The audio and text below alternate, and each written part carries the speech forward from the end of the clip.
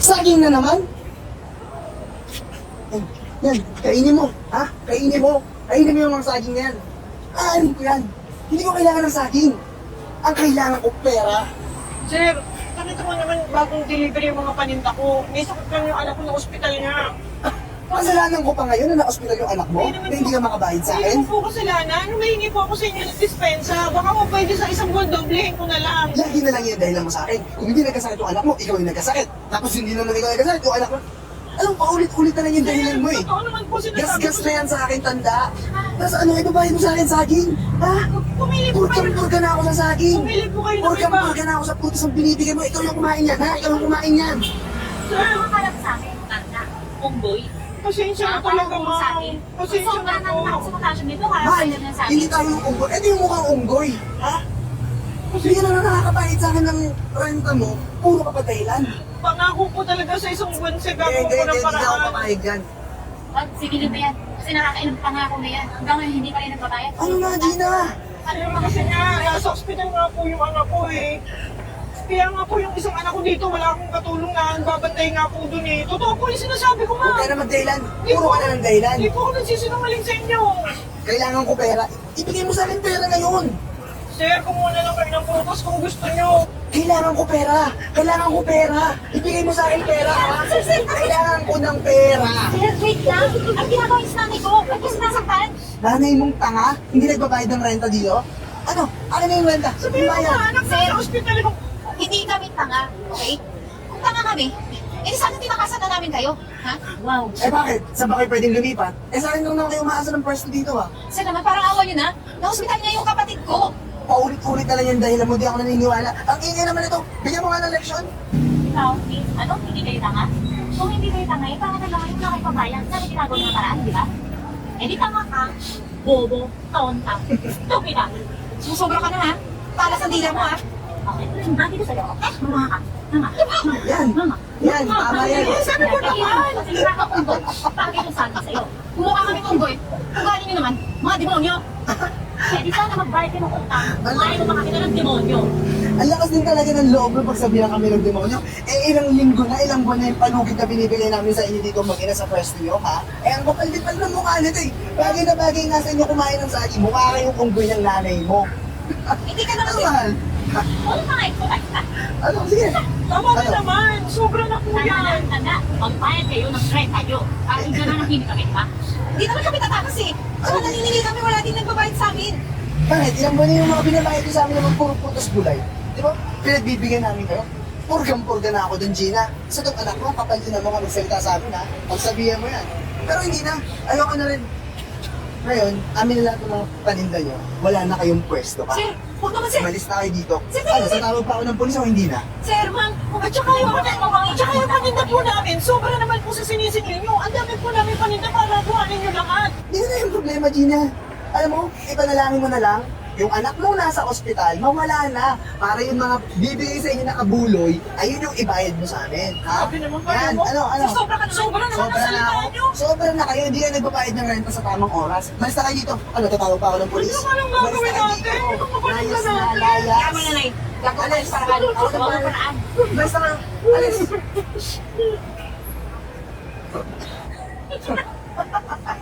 Parang tanga talaga yung mag-inom niya. Ngayon, may instant na ako mga prutas. Nako, dito naman yan itutuloy. Bibenta ko lang din ng mas mura yan. Oo nga, kailangan mo i-dispatch yan agad. Kasi mabubulok Oo. lang yan. Hindi Sayang rin naman na. ako marunong magbenta. Kailangan ko lagi pera. Para may pagsugal tayo, di ba? Minsan nga, laki ng kita ko sa sugal, di ba? Nakakabalato ka sa akin. Ikaw, kamusta minsan pag nag-scatter ka, malakas din?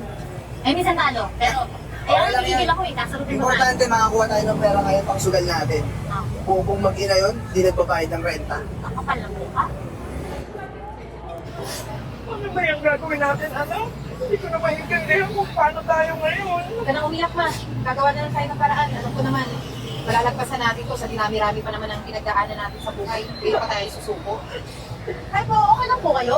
Hindi nga eh. Kayo po yung nakita ko dun sa kabilang kanto, nagbebenta ng prutas. Opo, kami po yun. Ano nangyari?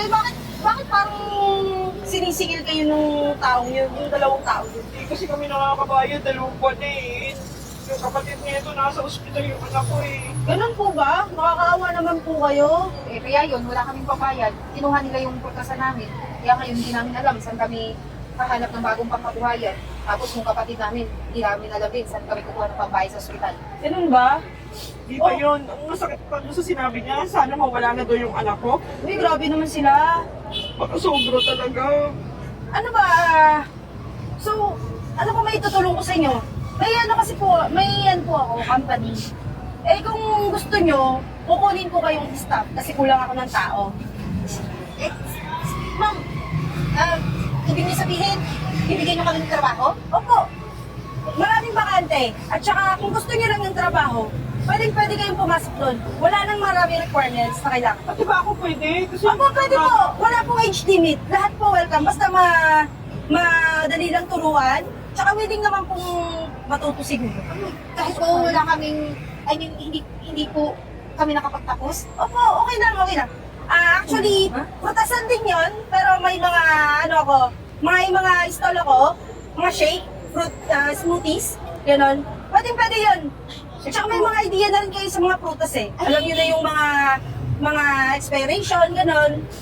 Ano, okay ba kayo doon? Ako po, okay po. At saka huwag kayo mag-alala. Hindi lang yung mag-hire kami ng tao na kami lang yung uma-assess. Pati yung mga tao namin, pwedeng umasenso.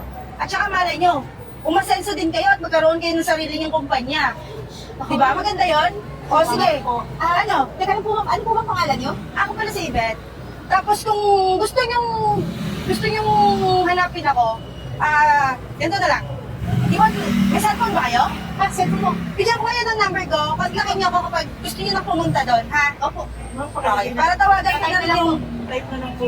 para tawagan ko na lang yung secretary ko kung pupunta kayo para i-priority. Ma'am, pupunta po talaga kami. Kailangan po kasi Sige namin po. talaga ng trabaho.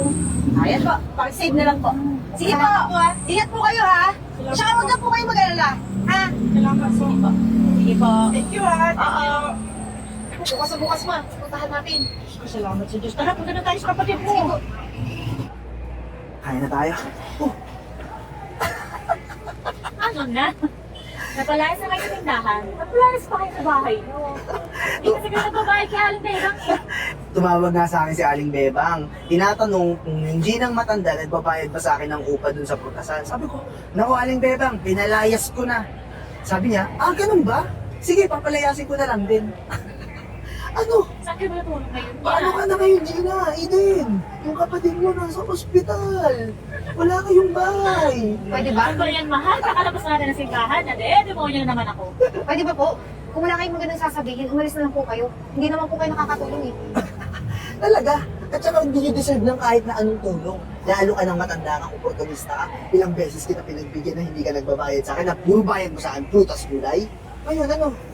Wala ka nang makain. Ano papakain mo sa mga anak mo? Hoy, tanda, ano papakain mo sa anak mo? Pagdasal mo na lang mawala yung anak mo sa ospital na magkaroon kayo ng abuloy. Inulit mo na naman yan. Huwag na kayo magsalita ng mga ganyang bagay. Alam mo, tinutulungan na nga lang kita mag-wish na magkapera. Kasi tingin ko doon ka na magkakapera eh. Tsaka para imbos pabigat na rin, di ba? Malamang pabigat sa inyo yung anak niyo, yung kapatid mo, di ba? Ayaw nyo noon, bawas ng pabigat sa inyo. Malamang araw-araw, nag-iisip kayo, umiikot yung puwet nyo, kasi kayo kukuha ng pambayad ng bills. Sige na po, problema na namin to. Eden, gusto mo makatulong din sa nanay mo at sa pamilya mo, di ba? Eh bakit hindi ka nalang magbenta ng laman? Total mukha ka namang malandi. Ay, wala siyang Sir, huwag kayong mag-alala. Dahil yung wish mo, sigurado ako matutupad yun. Ano, At kapag hindi mo nangyari pa rin yun, pokpok ka? hindi yung hindi ko sabihin. Taka talaga to. Yung magkapera. Alam ko, balang araw, magkakapera kami. Magkakapera, paano? Uy, kahit pumuti ang mga mata nyo, hindi na kayo magkakapera. Parang nakakalimutan yung bilugang mundo. Wala kaming paki sa mundo-mundo sinasabi mo. Ang importante ngayon, marami kaming pera, marami kaming pangsugal. Ngayon, kayo, wala kayong makain, wala kayong bahay. Huwag po kayo mag-alala. Pag nagkapera kami, babayaran namin kayo. Pinapangako ko yan. Siguraduhin mo yan, ha? Dapat lang, walang libre sa panahon ngayon. Eh, hindi na. Hindi ko natatanggapin pala yung bayad nila, mahal. Bakit? Alam ko na. Abulin Abulin na ko lang na natin. yun. Huwag naman tayong kapatid ko. Eh, alam naman Yung natin, anak mo. ilang linggo na lang siguro, mahal. Hindi, 3 araw na lang siguro yun, 50-50 na yun. Na dengue daw, wala nang sumasali ng dugo. O siya, Naiwan na namin kayo. Malamig yung gabi. Kawawa naman kayo, diyan kayo matutulog. Walang koma. Baho. Yanin na yun, ma. Basta, ang importante ngayon, yung taong nag-offer sa atin ng tulong, mapuntahan natin para makapagsimula na tayo. Pati yung kapatid ko, malabas na sa hospital kapag bumalik. Sakit lang kasi sa loob ko ng mga sinabi ng mga hinayupak na yun. Galing pa sa simbahan yun, ha? Yanin na. Kaluluwa din naman nila yung masusunod sa impyerno. Naku, sana talaga yung trabahong papasukan natin, mapaigil tayo. Talaga pag sumikapan natin ng maayos para makaahon tayo. Mahirap nga naman ang ganitong buhay. Basta, pangako ko, aayusin ko yung trabaho na binigay sa atin para yumaman tayo. Hindi na tayo maging ganito habang buhay. Eh, tara banda-banda dun, kain tayo kahit lugaw. Wala naman tayong manilang hapunan. Sige po. Oh, Tingas, congratulations ha. Thank you po. Thank you. Alam mo, nakaka-proud kayo kasi, alam mo yun, yung shake lang yung in-offer ko sa inyo. Pero, nag-focus pa kayo sa ibang mga klase ng business. May mga dental na kayo, may sushi na kayo, may mga travel and tour pa kayo. Alam mo yun, ang galing nyo. Kasi pag tong anak ko eh. Oo, talagang ginalingan nyo talaga. Eh, syempre po, talagang pinangako ko sa sarili ko na sisikapin ko po na maging maayos po yung binigay niyo sa amin na puhunan para po makaangat kami sa buhay. At hindi namin mararating to kung di gawa mo, ha? Ay, naku, wala yan. Ikaw yung At saka, nagsimula sa amin. sa totoo lang, kayo yung nagsikap. Yung tulong ko, panimula lang ninyo yun. Tsaka magaling talaga kayo. Masipag. Yun, sana, Pero salamat na salamat po talaga. At saka po, salamat sa tiwala niyo. Nga pala, kung sa susunod yung punta dito o kahit anytime gusto niyo pumunta dito, libre na po kayo sa salon namin, sa dental namin, tsaka sa mga snacks house namin.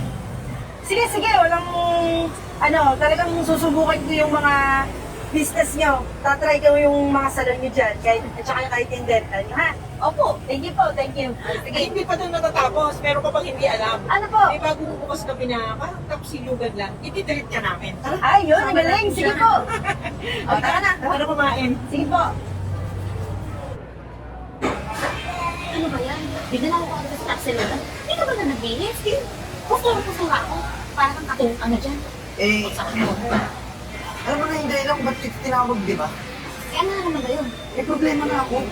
Ano naman problema mo rin? Nabenta ko na yung condo natin. Pinamaan ka talaga oh. Yung sasakyan, nabenta ko na rin. Eh, kasi prebenta ka. Dapat hari tayo doon.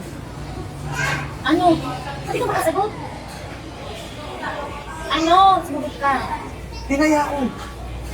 Hindi ka nag-iisip. Saan tayo pupunta niya? Eh, akala ko magdodoble. Pagkaya ko naman, di ba dumodoble naman lagi pag sinusugal ko? Diba sabi ko sa'yo, one time na panalo lang. Tama na ang sugal. Eh nako, hayaan mo na. At least may bahay pa tayo. May tutuloy pa tayong pagkano. Hindi tayo mukhang pulubian yan. Kaya nga kita dinala dito sa Tapsilugan eh. Bakit? Ano naman? Kinalatiran ko na yung bahay.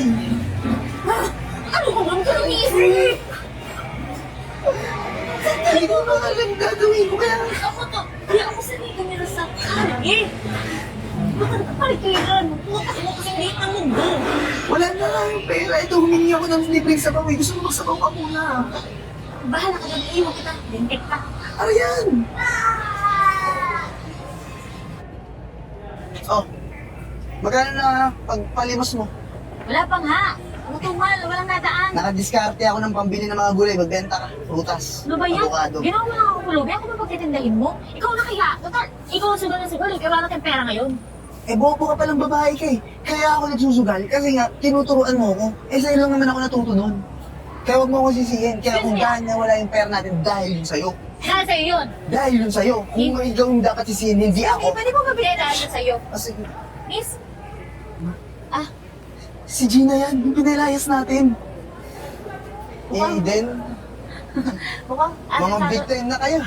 At mukhang natupad yung sinabi kong bilog ang mundo. Ayun ang iyon na nagtitinda. At wala kayong pwesto, nakabasket lang. Nga pala, oo.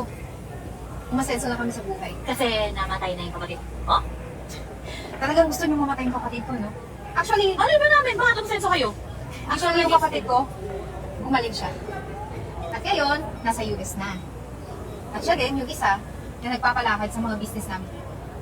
At siya na rin ang isa sa sikat dito sa Pilipinas at bilyonaryo. Ah, siya ba yung nababalita ngayon? Yung bilyonary na businessman? Mali ko, di mo naman ng balita. Opo ka talaga. Ano, Eden, Ma'am Gina, gusto lang po namin humingi ng pasensya kasi itong asawa ko, sugal ng sugal, naubos na yung pera namin kakasugal. Tsaka yung kondo, yung mga sasakyan namin, binenta nito, pinangsugal niya lahat. Ang galing mo maghugas kamay. Siya yun. Huwag kang maghugas kamay dyan. Ikaw talaga yung siguro dito. Inibitaw mo pa sa akin. Ikaw nagturo sa akin magsugal, kaya kung ano man nangyari sa akin, ikaw may dahilan nun. Teka na lang, paano na yan? Hindi na namin kailangan marinig pa yung pagsisisihan yung dalawa. Eh, pareha lang naman kayo ng ugali. Ma'am Gina, Eden, gutom na talaga ako. Hindi ako sanay sa gantong buhay. Ayoko magtinda ng mga gantong gulay. Baka pwedeng tulungan niyo. Bili na kayo. Bilyonaryo na yung Fresh to, kasama mo, fresh. diba? Alam mo anak, ako rin, hindi ako sanay makapag-usap sa mga mababahong tao. Ano na, ano ba Ma'am ginagawa Gina, natin dito? Ano? Grabe ka naman sa mga... Tulungan niyo naman namin kayo Ma'am ng Gina. option. Kahit ito na ang avocado, 550 na lang isa. Gusto mong ingod-god ko sa pagmumukha mo yung abukado niyan? Gusto mo? Mura na nga yung 550 na lang. Sige na, bilhin mo na. At kasi pagpipisa, dalawa mo na. Ah, dalawa? Gusto Eh niyo di, makatulong? 700 na lang tong dalawang avocado. 700? Napapatawa ka ba? Eh, magkano ba presyo nito? Magkano ba to? 550 na lang, dalawa na. O, 550 daw, dalawa. Oh, may tawad ha. Binibig ko isa, oh. O, sa inyo na lahat to, sa inyo na lahat. Patalin mo yan. 50K. Kung gusto namin yan, doon kami bibili sa labas, hindi sa inyo. Makakatulong pa yan sa inyo eh. Alam mo ba? Kung ko lang isaksak ko sa pagmumukha mo talaga. Matama na, galing tayo sa simbahan. Kaya nga, piniprinuha ko na yung bibig ko eh. Hindi ko, huwag ka nang kuhanin yan. Mga bait tayo. Kailangan natin itong kunin. Ayan, sige, 60K na lang. Akin na. 60K? Oo.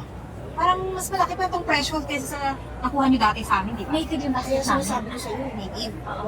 Benta mo kay Boss Toyo, mahal yan. Sige na, akin na 60K. Ay, hindi na lang babayaran to. Kung 60K lang din naman, eh, ito na rin yung bayad dun sa kinuha yung pwesto namin dati. Ang gulang mo Oh, naman. akin na yan. Bakit?